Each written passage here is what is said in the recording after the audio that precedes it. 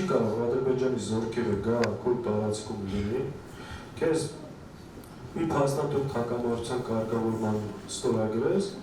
նույնիսկ այդ զորքերը քո տարածքից դուրս չգան։ Հիմա ասում են, որ սահմանագծման եւ սահմանազատման արդյունքում զորքերը դուրս են գալի, բայց մենք գիտենք, որ այս օրերին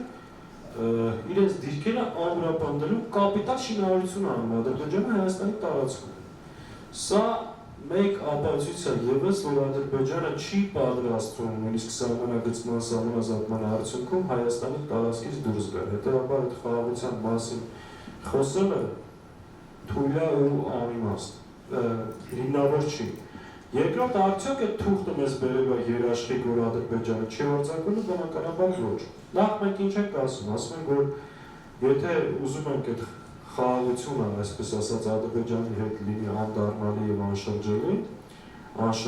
պետք է ներգրավել միջազգային երաշխավորներ։ Եվ աշխարհում դա շատ ընդունված կարգ է, որ նման երկարատև հակամարտությունների լուծման համար